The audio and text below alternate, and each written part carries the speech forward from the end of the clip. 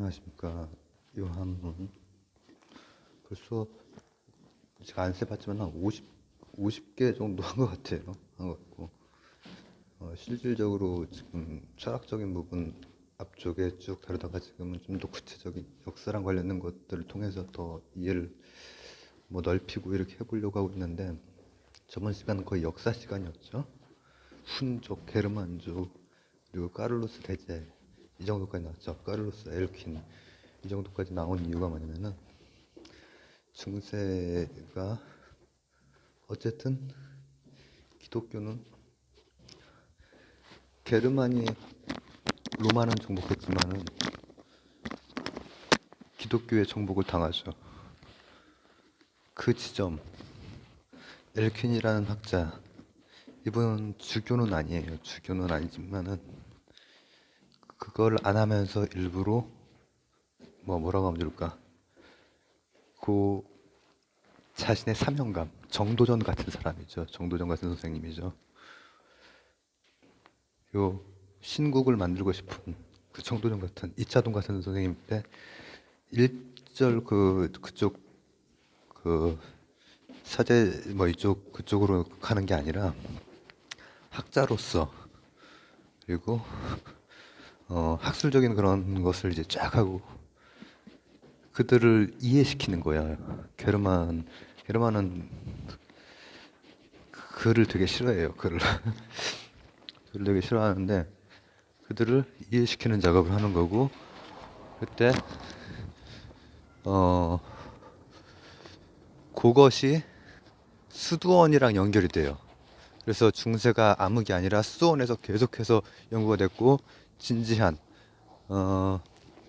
신앙과 노동을 같이 하는 수선사 결사, 정예 결사와 같은 그런 운동을 해나가고, 거기에서 필요한 시기마다 다 거기가 총체적으로 문화를 다 가지고 있고, 나중에 서양을 뭐랄까 되살리는데 다 거기에서 이제 많은 것들이 나오죠. 예를 들면은 우리가 우리나라에 제가 지금 이거 일을 안 한 지가 오래돼가지고 요즘에도 인문학부 이렇게 있나 모르겠네요. 인문학부, 그리고 뭐 자연과학 학부 이런 식으로 이제 되기도 하고, 무슨 과 이렇게 되기도 하고. 인문이 뭐냐? 제가 인문하고 자연으로 했다가 인문하고 과학으로도 했다가, 이게 참 그 카테고리를 재생 목록으로 그러는데, 인문이라고 하는 것이 바로 그래도 죽지 않고 살아난 것이 다 수도원이에요. 물론 수도원이 타락도 많이 하기도 하고 정화운동도 일어나고, 우리나라랑 똑같아요. 그러니까 진울 선생의 일이랑 똑같단 말이에요. 클리니의 그 수도원 개혁이 수도원으로 귀족의 자제들이 오네.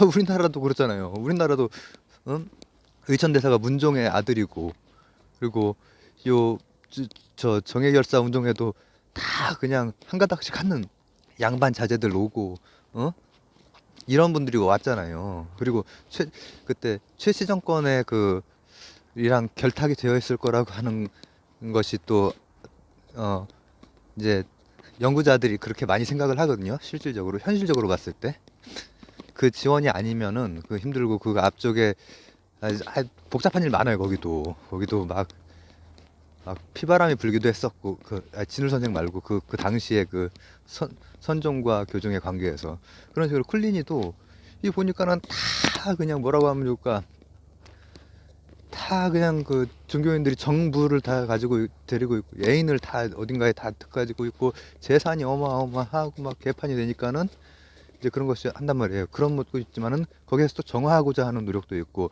그런 식으로 수도원으로 들어간 게, 거기에서 가르친 게 바로 인문학이에요. 그래서 내가 이걸 제가 인문이라고 쓴 것은 사실은 그 인문학에 해당되는 그거를 사실 쓴 거거든요. 그거를 이제 인문학의 일곱 과목, 인문학, 어, 어, 임- 어, 리버럴 아트라고 해요. 리버럴 아트 7과. 그때 당시에 필요했던 7가지의 과목인 거죠. 이게 이러한 개념은 아주 고대 그리스적인 그 학문적인 게 다 들어온 거예요. 그거를 신앙으로 묶어서 이제 하는 거죠. 신학이 최고지만은 그 안에는 그리스적인 가장 서양의 그 기반이 되는 그런 것들이 다 들어와요. 다 잘 연구가 되고 여기저기서 다 들어온 것들, 뭐 이슬람권에서 들어온 지식들이라든지 뭐든지 이런 것들이 다 흡수가 된단 말이에요. 고대에 쓸모 있었던 것들이 다 흡수가 되고 이거랑 똑같이 그 공자의 융례랑 똑같단 말이에요. 융례. 거기도 사실은 그 당대 필요했던 어떤 인문학 칠과인 거지. 그 리버럴 아트가 이제 그런 거예요. 그렇기 때문에 우리가 생각하는 제가 처음에 왜 인문 자연이라고 했냐면은 인문학을 생각했지만은 인문계 자연계 그렇게 생각을 했어요. 이제 우리 학교 다닐 때는 인문계 자연계 이렇게 했잖아요. 실업계 이렇게. 근데 그게 인문 안에 제가 막 수학 컨텐츠나 이런 것도 막 다 넣었잖아요. 근데 그래서 인문이랑 과학으로 바꾸고 이 혼동이 바로 리버럴 아트에서 오는 거예요. 그 스티브 잡스가 강조했던 리버럴 아트가 사실은 7개지만 3개로 나뉘어요. 뭐냐? 논리학, 수학, 음악으로 나뉘어요. 음학이라고 했네요. 음악. 음악학이라고 해야겠다. 그러니까 우리가 생각하는 인문이랑 다르죠. 아주 기초적인 리버럴 그리고 아트가 이제 예술도 있지만은 또 뭐 어떤 뜻이 있죠? 기술이란 말. 그거는 기본적으로 갖춰야 될 우리가 그 이제 그 수도원에서 우리가 신앙생활과 기도와 울력을 하고 또 이거를 계속해서 하는 게 이제는 울력이 점점 더 그 지적인 어떤 작업이라든지 이런 것도 이제 거기에 포함이 되거든요. 근데 그 중에서 그게 이제 리버럴 아트가 그것이고 이를테면은 영어에 이런 말 있죠. 사소하다. 아주 뭐 별거 아니다. 트리비얼, 트리비얼 이렇게 하죠. 근데 라틴어의 트리비움이 삼과예요, 삼과. 제가 크게 나눴을 때 뭐뭐 있다고 그랬죠? 7개가 크게 나누면은 논리학 그리고 뭐라고 했지? 수학 뭐 수학에 이제 뭐 천문학도 들어가고 막 그런 거예요. 그리고 음악 이랬는데 이 삼과는 그 중에서 논리학은 그 중에서도 너무 기초라서 그 트리비움에서 트리비얼이 나온 거예요. 사소하고 하찮고 이건 당연히 되어야 하는 필수적인 거라는 얘기죠. 그러니까는 수사학, 수사학, 논리학이 아닌데 나 이게 지금 제가 알긴 아는데 밖에서 이렇게 하면 잘 갑자기 생각이 안 나요. 다 논리학적인 세계를 말하는 거예요. 수사학이랑 변증 음,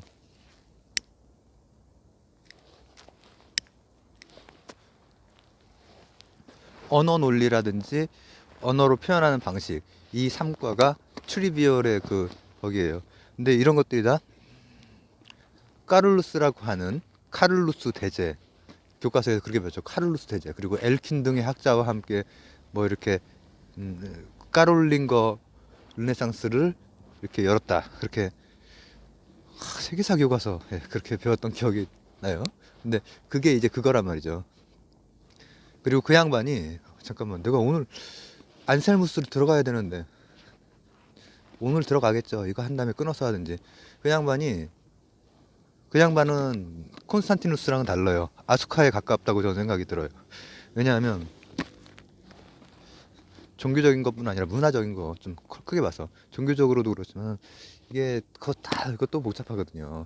그때 또 여러 가지 얘기가 있어요. 뭐 기독교 성전 그 XP 비슷하게 생긴 그리스도 그 새긴 걸로 또 전쟁하고 막 그렇게 많이 했던 또 역사이기도 하거든요. 다 자기 입장에서 성전이지 뭐 성전이고 지하도고 다 이렇게 되는데 근데 그런 속에서도 이 사람은 어느 정도 이렇게 안정이 되고 나서는 문화를 부흥시키고 기독교를 부흥시키려고 하는 그게 있고 그래서 이제 소로마 황제의 대관도 받고 했죠. 그때부터 이제 교황과 세속 그 황제와의 그 결탁. 그러니까는 나중에는 이제 교황의 땅이 어마어마해지거든요. 교황이 다 자식도 있고 막 이런 이상한 좀 기형적인 그런 것이, 아까 클린 이스트우드 저 운동도 얘기를 했지만은 그런 것들이 다 그렇게 된다면 우리나라도 다 절에서 다 탑돌이 하다가 뭐 저기 하고 다 거기에서 다 파, 마늘 이런 걸 재배를 아예 해버리고 그런 거 먹으면 안 되는 거거든 원래 불교 저기상. 그리고 그냥 돈 막 쓸어 담고 뭐 이렇게 됐어요. 다 후원 엄청 받고. 근데 내가 지금 어디까지 얘기했냐. 그분이 좀 다른다는 것은 뭐냐면은 그 양반은 문맹이었어요. 문맹이었어요. 글을 몰랐는데 몰래 몰래 밤에 공부를 했어요. 문예 부흥을 하면서 내가 그거 하면 어떤 생각이 나냐면은 아이고 이게 뭐 별 얘기 할까 말까 해. 예전에 우리 엄마가 이제 그 옛날에 다 그 장자한테 이렇게 뭐 몰아주고 이런 게 있고 장자가 또 이제 뭔가 책임감 있게 하고 막 그런 문화가 있어요. 옛날 6.25 좀 뭐 그럴 때니까는. 그래서 외삼촌이 그래도 그 계속 교육을 받고, 외삼촌이 제가 존경하는 목사님 목회자 중에 한 분이시거든요. 근데 그런 거를 이제 우리 엄마나 이모는 이제 뒷바라지를 하는 거죠. 그러니까는 이제 많이 배우시지 못했어요. 나중에 배우고 싶은 거야. 그러니까는 어디에서 이제 뭐 영어 같은 거를 배우시고 막 하는데 제가 까를로스 대제 이렇게 하면서 영어를 배워오셨는데 발음이 너무 이제 발음이 재밌어가지고 this is요 뭐 이렇게 this is 이거를 이렇게 했는데 그게 귀엽게 이렇게 그렇기도 하고 또 좀 마음이 좀 아프기도 하고 그랬던 기억이 있어요. 근데 그런 식으로 그 양반도 막 공부를 하는 거야. 하면서 이분이 그래도 엘킨의 입장에서는 정도전처럼 드디어 기독교의 나라를 세우는 것이고, 게르만에서도 기독교의 나라가 로마가 아닌 게르만에서도 프랑크 왕국이죠. 거기가 그걸 이제 서로마 제국이라고 해요. 동로마 제국은 있었어요. 안 망했어요. 콘스탄티노플을 중심으로 동로마, 그러니까는 우리가 그리스 정교회가 이제 그쪽이고 우리가 알고 있는 기독교가 이제 프랑크 그쪽인데, 그게 그냥 생긴 게 아니라는 거죠. 그런 분들의 밤에 그 문맹이란 말을 안 했어. 끝내 안 하고 혼자서 공부를 하는 거야. 막 배워가지고 그렇게 하는 게 귀엽게도 느껴지지만은 또 좀 아프기도 하지 마음이. 그 사람은 게르만인 치고는 이제 대단했던 거죠. 게르만인은 이제 장식하고 이런 걸 되게 좋아했는데, 근데 그런 과정에서 이제 뭘로 들어가려고 하는 거냐면은 진짜 수도원에서 무슨 일을 했느냐. 거인 하나를 이제 우리가 좀 이따 보겠지만, 나중에 보겠지만은 그 거인 전에 안셀무스라고 하는 양반이 있거든요. 선생님이 있거든요. 제가 이 존재론적 신증명 이거 진짜 노답이다 이렇게 했던 그 안셀무스를 이제 우리는 이제 안쪽에서 보는 거죠.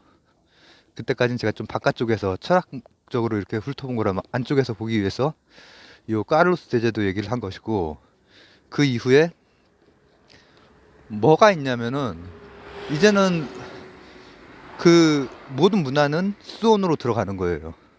문화 자체가 종교뿐만 아니에요. 신학뿐만 아니라 신학을 중심으로 해서 모든 것이 다 들어가는 것이고, 많이 발달을 해요. 그리고 많이 타락도 하고, 불교도 마찬가지란 말이지. 근데 그 중에서 이제 안셀무스 들어가기 전에는 어떤 문제가 있냐면은 그거예요. 포도주와 빵의 문제가 이제 문제가 돼요. 포도주와 빵이 예수님의 그 몸과 피 뭐 이렇게 이 문제 가지고 해석의 문제로 막 복잡해지는데, 그 복잡해지는 중심에는 뭐가 있냐면은 변증론자와 반변증론자, 즉 이성과 신앙 그 문제가 이제 다시 대두하는 거예요. 늘 같은 문제예요, 사실은. 같은 문제인데 그 시대마다 그 시기의 상황이라든지 여러 조건들 그리고 그 당대에 퍼져 있는 어떤 정신이랄까 이런 그거에 기반해서 이제 계속 진행이 되는 거죠. 근데 그때 변증 문제라고 하면은 이성으로 이제 파악 이렇게 이성을 조금 더 중시하는 것이고 반변증론자는 그따위 소리 하지 말라 이거죠.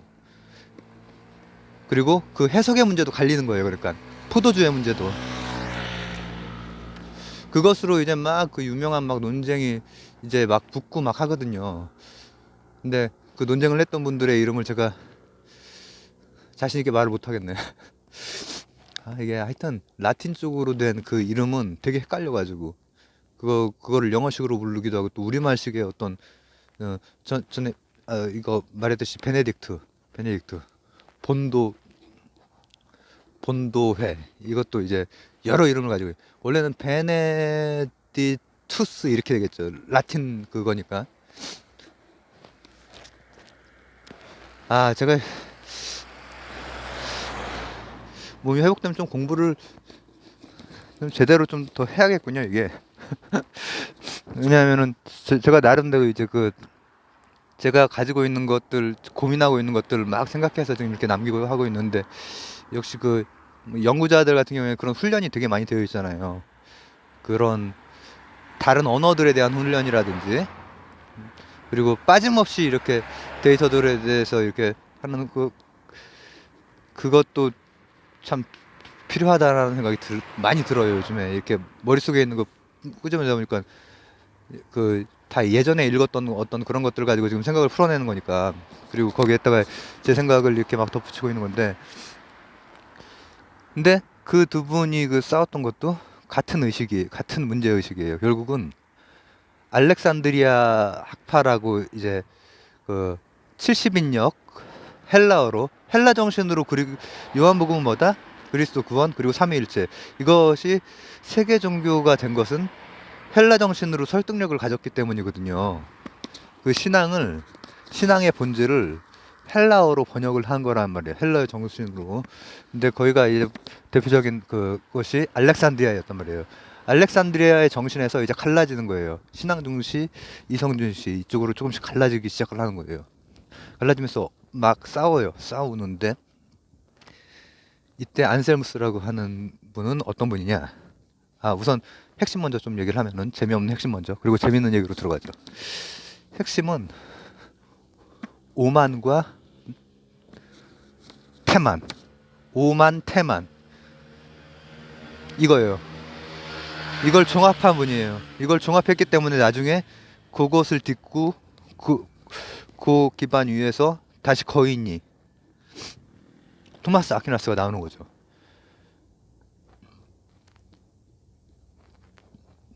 이성으로 신앙을 다 알 수 있다라고 하는 것은 오만이다. 그리고 신앙에는 이성이 접근하면 안 된다고 하는 것은 태만이다. 이 정신이에요. 그래서 중세 철학이 이성과 신앙의 조화. 그러니까 이게 아르마리를 가진 자 들어오지 마라. 이런 것이 일면 맞는 그것 있거든요. 어떤 뭐 많이 뭘 알아야 되고 그래야 신앙이 이렇게 되는 건 아니지만 배척하는 건 또 아니라는 거지. 배척하는 건. 그리고 또 이런 얘기도 하죠. 이 영국 왕 앞에서 뭐라고 했지? 하나님은 자신의 신부가 자유롭길 원하지 종이 되길 원하지 않는다. 이런 얘기를 해요. 이거는 두 가지 의미가 있어요. 현실적으로 그 정치와 종교 그 문제뿐 아니라 종교의 타락, 종교 자체 그 수도원 타락이 엄청 심했기 때문에 그거에 대해서도 얘기한 거예요. 자유로워야지 종이 되길 원치 않는다. 근데 그 이면에는 방금 말한 문제도 있는 거예요. 이성과 신앙. 신앙이 맹목적이고 자꾸주의적이고 근본적인 이성 절대 말하지 마. 이 종이 아니라 자유롭길 원한다는 거예요.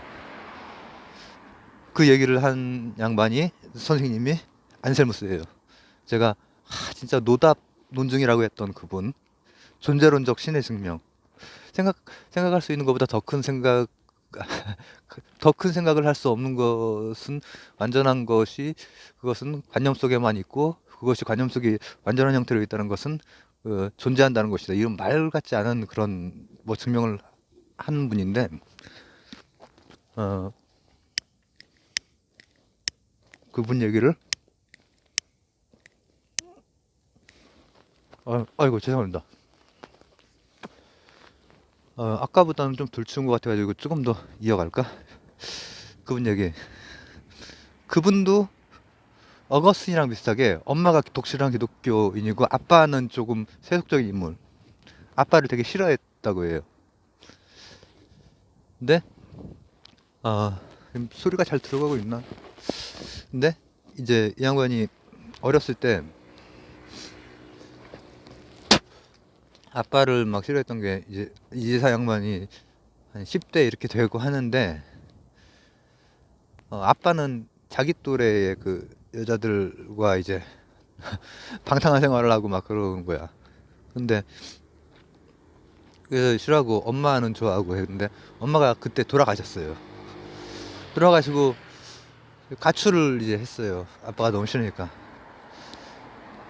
근데 가출을 딱 해가지고 했는데, 가출을 하게 되면은 이제 제 친구들 보면은 나쁜 짓을 많이 해요. 나쁜 짓. 저도 한번 해봤는데, 청소년기 한번 해봤는데, 저는 어, 나쁜 짓은 안 했어요. 나쁜 짓. 아, 뭐 굳이 따지면은 술을 마시면 안 되죠. 청소년인데. 근데 술을 마셨다는 거 빼놓고는 나쁜 짓은 안 했어요. 근데 이 양반은, 이 선생님은 차원이 다른 거야. 돈을 훔쳐가지고 가출을 했는데, 어, 수도원 학교를 들어간 거예요. 공부를 하려고. 그렇게 해서 들어가다가 결국 굉장히 빠르게 이렇게 하다가, 아까 그 논쟁 있죠, 논쟁했던 그 두 학파 중에 한 학파에 들어가요. 들어가서 아주 두각을 나타내죠. 두각을 나타내. 그러나 주위에서 되게 싫어해, 친구들이.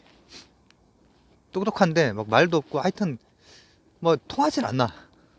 재미가 진짜 없고, 막 그런 저기 뭐 쌤님도 아니고 좀 이상한, 웃지를 않고 막 심각하고, 공부는 막 되게 잘하고. 근데 어느 날 뭐 이렇게 했다가 잠깐 떠났다가 돌아왔는데, 해맑게 웃으면서 이제 얘기를 나누는 거예요, 친구들이랑. 그래서 너 왜 그래, 무슨 일 있냐 했더니, 아니야, 아빠가 돌아가셨어. 아빠가 돌아가시고 나서 해맑게 바뀐 거예요. 바뀌고 이제 이분이 이제 뛰어나가지고,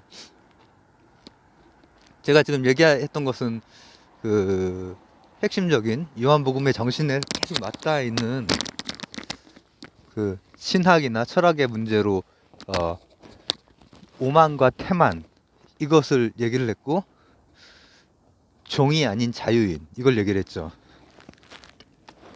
그 시기에는 그걸 대응할 수밖에 없는 시기야. 아리스토텔레스가 몰려오고 이슬람의 높은 문명 수준과 맞닿고 막 그랬던 시기고, 그 이후에 이제 종교 개혁에서는 도저히 철학이나 과학이 안 되니까는 오직 신앙, 이걸로 간 면이 있거든요. 근데 어쨌든 그런 시기인데, 이분의 그 또 다른 모습, 엄청 개혁적이에요. 엄청 개혁적이어서 국왕 앞에서도 그렇게 그 말을 했을 뿐 아니라, 이제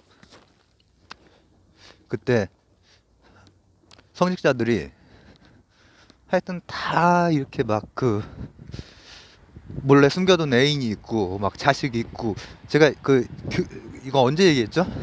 이거 철학할 때 작년에 얘기했구나.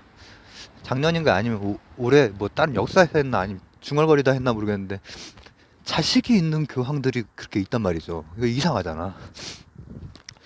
근데 그런 성직자의 그 문제, 그리고 또 성직자의 재산 문제. 재산도 엄청 모으거든요. 그래서 나중에는 뭐 주교들, 교황들 재산이 막 진짜 막 우리나라 예전에 그 권문세족들이 강과 뭐 산을 경계로 이렇게 했다는 식으로 그 재산이 그런 식으로 막 늘어난단 말이에요. 그런 문제에 대해서 굉장히 강하게 이제 했던 또 개혁가의 명우도 있어요. 그러나 이제 춥기 때문에 이어서 다음번에 하도록 하겠습니다.